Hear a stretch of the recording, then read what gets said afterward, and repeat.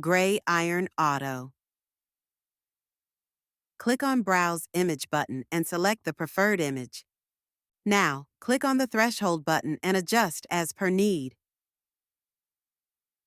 Now, click on Compute Non-Etch button to get result.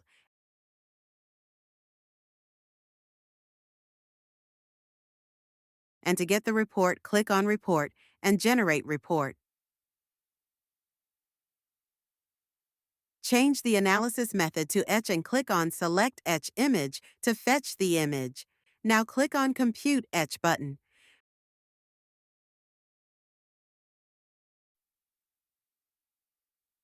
Refresh and change the matrix as per your need and click on Compute Etch button to get result.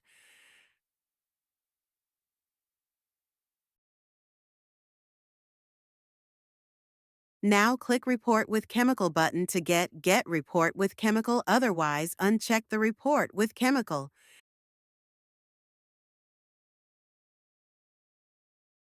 And then click on Report button and generate report.